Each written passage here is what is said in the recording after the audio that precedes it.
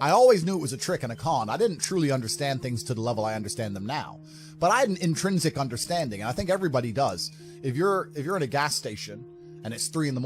and a Lambo pulls up and a guy gets out of it, you're thinking criminal, drug dealer, gangster. Yeah. You're not thinking, he has a uni degree, because you're not going to think that. So when you see money, people don't even associate the money they see with university.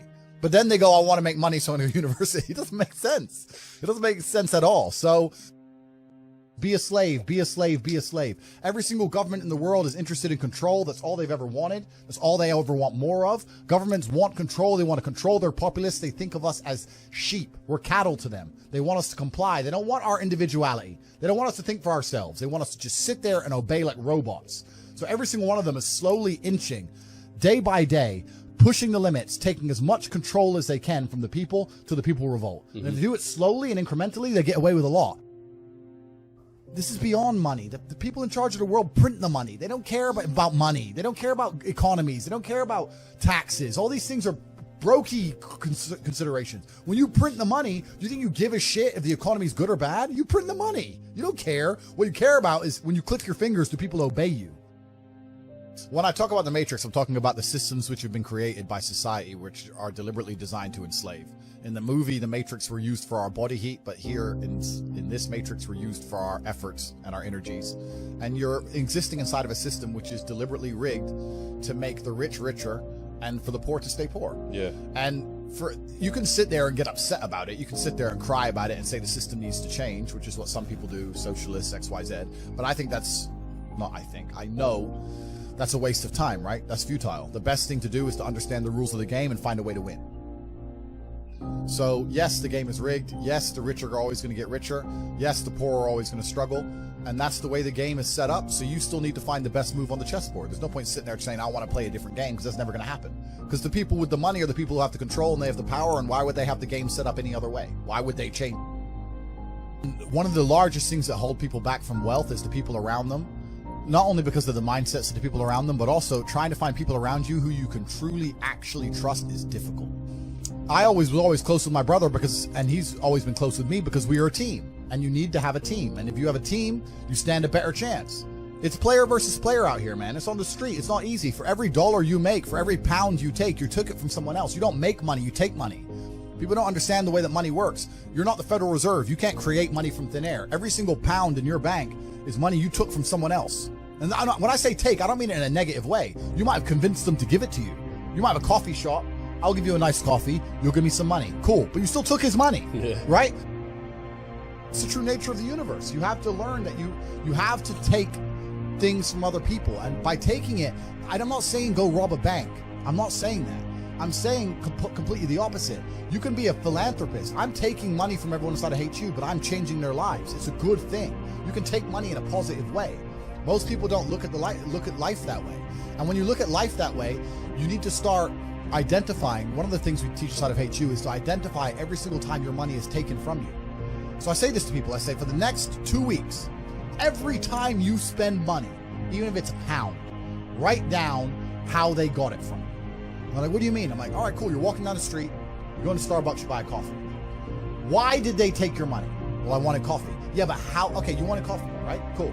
Did you only want a coffee because you saw Starbucks, or did you want coffee beforehand? Why did you want their coffee and not another coffee? Did you buy a cake as well? Why did you buy a cake? All right, cool. So now you identified how they took your money. Then realize how they could have took more of your money. You bought a cake, but you didn't buy a sandwich. Why? The sandwiches weren't on display, or they looked cold, or they looked rubbish. Or the woman who was serving me was old and ugly. Maybe she was a young cutie and talked to me about bologna sandwiches or what. Right? So you need to start identifying how your money is taken from you. Because once you identify how your money is taken from you, you can start to actually intelligently think about how you can take money from other people. If I had to open a coffee shop, if I sit in a coffee shop, right? If I sit in Starbucks, the whole time I'm in there, not only am I thinking about how they got the money from me and how much I spent, I'm thinking about how I could outcompete them. I'd sit there and go, okay, cool. I'm in Starbucks. I spent £5.68. I got a latte and I got a donut, and I'm sitting here. And that business place, that commercial property right across the street is available for this. How could I outcompete this coffee shop which just took my money? What's the profit margin on this £5.68? How much did this cost them? The coffee, pennies. Donut, 30p minimum, right? How much is the staff? They pay the staff minimum wage £8 an hour. So I've already paid 30 minutes work for that lady. She's there for another 30 minutes for free, right? How much is the rent? How much is the business rates? If I had to open up there, how would I attract people to come into my shop as opposed to their shop? They got a big brand name. I'm brand new. Okay, well, the bitch working here is ugly. My one's going to be hot. Boom, that's the beginning. Next thing, do they have any signage outside? No, I'm going to try and put some signage outside. Do they have parking? No, I need parking. But you need to start thinking about how you can convince people to give you their money as opposed to giving it to the places they already give it. And once you do that, people say, I can't think of how to make money. If you start doing that for a year and just keep a notepad, you'll have 100 ideas of how to make money. You'll sit there and go, there's a place here that's doing this, and we could do it better this way. This place online's doing this, we can do it better this way. And then to get them all done, what do you need? Network. You need people. It's all about people. I always knew that even when I was fighting, and I was always trying to find a way to make money. Even when I was fighting, all I did was try different ways to make money. I tried a million things, and that's what you have to do. You have to try a bunch of things and learn a bunch of lessons until you finally find something that works. The problem is, as well, it's difficult because the way that humans work and the way that we've evolved as a species is that we don't really learn lessons unless they're learned the hard way. Yeah. I believe that unless a lesson is taught the hard way, you're not going to learn it. You can have so many near misses and people won't learn their lesson. Bro, you must know a guy who goes out there, nearly crashes his car, doesn't slow his ass down till he wrecks it. Yeah. Like, this is how people are, right? So you need that pain for the lesson to sting enough to really genuinely go inside of your mind. And it's the same with everything. It's the same with driving a car or business. Truthfully, if you want to learn a lesson about business, you're going to have to suffer at some point, right? So we always say that most people are not successful with their first companies, X, Y, Z, blah, blah, blah. I get that. The truth is there's a lot of people who make a lot of money with their first company, but they just spunk it, act an idiot, and it all blows up in their face. And that's how you get the discipline on your fourth company, that when you have $3 million in the bank, you just leave it there. You know, and don't be done with it. So you need to go through some pain. You need to experience some negative things. You need to have to a degree some trauma to really even learn any lessons. So yeah, business studies, you're right. The book, that's not going to teach you anything about business. You need to get out there on the streets. You need to make mistakes. You need to suffer. You need to have the tax man knocking at your door. You got to deal with all that stuff so that you make sure it doesn't happen again. I really think that humans are stupid enough to only learn the hard way. That's kind of how it works. I am absolutely and utterly a believer in hard work. I'm a proponent of hard work. I have all this money and all I do is work. My entire life is work. This podcast is work. I'm getting in the car and going to another meeting, work. I want to go to the gym so I'm in good shape, work. It's all work. My entire life is work. And people don't want to look at life that way. They want to talk about work-life balance and being lazy and all this crap. I don't believe in any of that. I believe in, if you want to win, you have to outcompete the man who's prepared to do nothing but work. It's player versus player. If you're going to sit there and go, I don't want to work more than an hour a day, well, the guy who does want to work more than an hour a day is going to beat you. And no matter how smart you are, there's always a smart dude who's doing the same smart work you are for more hours than you're doing it. You don't notice if you're talented at something until all the hard work's done. Yep. I could be the most talented tennis player in the world, but I don't play tennis. So if I go down the tennis court, Joe Schmo is going to smoke me. I don't get to see my talent until I've worked so hard that I'm in the top 1%, and now I'm beating them because I have some God-given gift. Yeah. You understand? Yeah. You have to do the hard work first. If there's no hard work, there's no smart work. So someone's going to sit there and go, I work smart, I don't work hard, so I only have to work an hour a day. If working smart gets you a lot done in an hour a day, then you should work smart for 12 hours a day and get 12 times the work done. The traditional path to wealth is terrible advice. They'll go to university, get a degree, get a job, blah, blah, blah. That's terrible advice. We already know that. We talked about that. I think follow your passion is also a terrible piece of advice. Yeah. Yeah.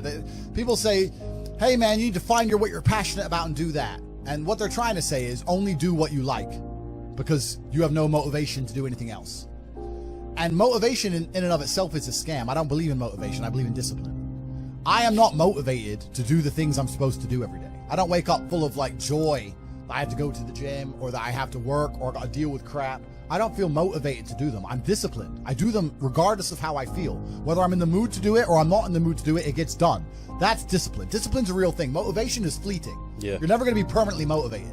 So when someone comes along and says, oh, do what you're passionate about, what they're saying is you'll have endless motivation and then you'll be able to try hard. If you're the kind of person who can only try hard at something he enjoys, then you're going to fail. Because most things you enjoy don't pay any money. If they paid money, you wouldn't enjoy them. It's called a job, right? Nobody likes their job. You like your hobby. I'm sure you like playing video games. Maybe 1%, 0.1% can make money from video games, right? Most people, you ain't ever going to make it. Yeah. Do you think the guy in China who owns a concrete plant is passionate about concrete? You think he's sitting there stroking it at night, naked in bed? It's money. Be passionate about success. If you're passionate about money, then you can be passionate about anything. I'll be passionate about any business on earth that pays me. If you pay me $1 billion to dig that hole, I'll be very passionate about that hole. I obviously know what I'm talking about to some degree, right? So if Mike Tyson walks in here and tells you he's going to teach you how to box and says you can't fight, you're a pussy, if that upsets you, then you can't learn, right? It's Mike Tyson. Just shut up and listen. Yeah. If someone, Richard me, comes along and says, Andrew, you don't know shit, you're a dumbass and you're a brokey, I'm going to sit there and go, okay, maybe I am a brokey, Elon. Tell me something, right? I'll listen. But if you're going to sit there and go, don't call me names and then I not listen, you're never going to get anywhere, right? You don't become the master unless you're very, very good at being a student. And I've always been very, very good at knowing when to shut up. Oh, a lot of people with no money are really, really arrogant. I know a lot of broke people who are very arrogant. And their arrogance is a shield for their laziness. People will shield laziness with anything.